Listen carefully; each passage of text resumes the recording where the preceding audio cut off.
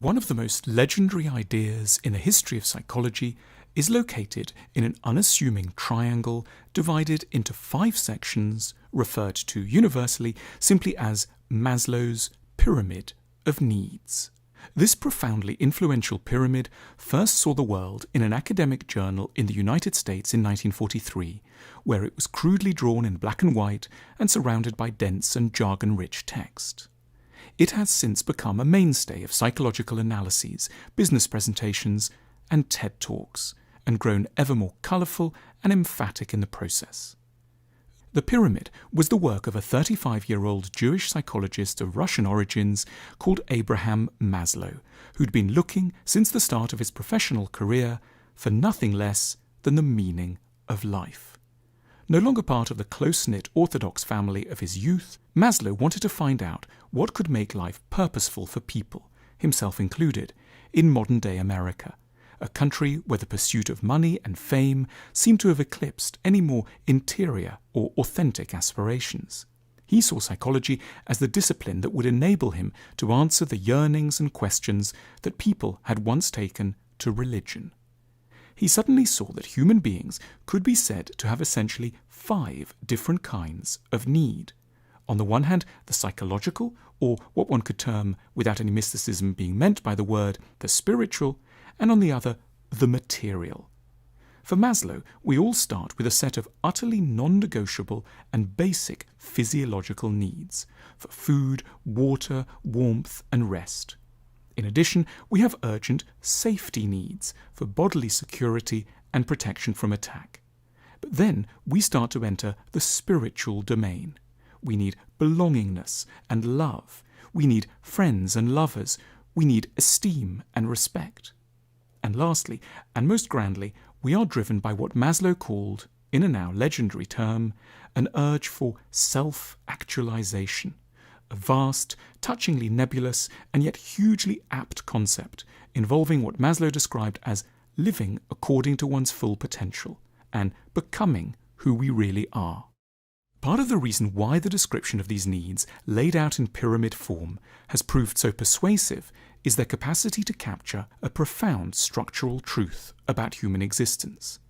Maslow was putting his finger with unusual deftness and precision on a set of answers to very large questions that tend to confuse and perplex us viciously, particularly when we're young. Namely, what are we really after? What do we long for? And how do we arrange our priorities and give due regard for the different and competing claims we have on our attention?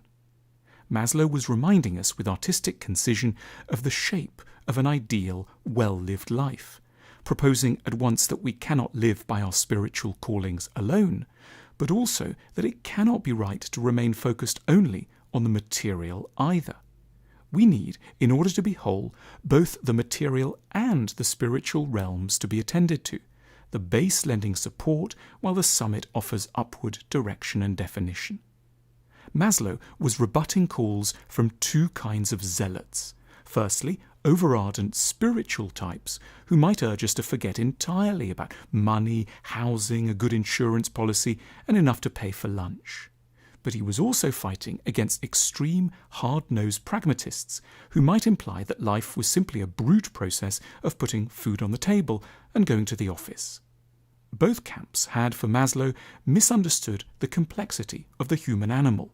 Unlike other creatures, we truly are multifaceted, called at once to unfurl our soul according to its inner destiny, and to make sure we'll be able to pay the bills at the end of the month. Operating at the heyday of American capitalism, Maslow was interestingly ambivalent about business.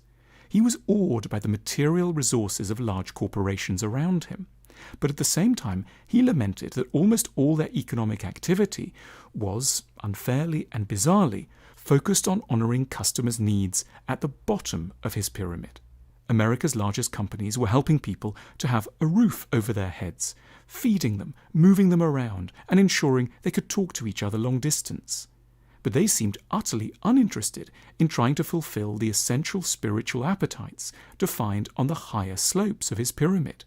Towards the end of his long life, Maslow expressed a hope that businesses could, in time, learn to make more of their profits from addressing not only our basic needs, but also, and as importantly, our higher spiritual and psychological ones as well.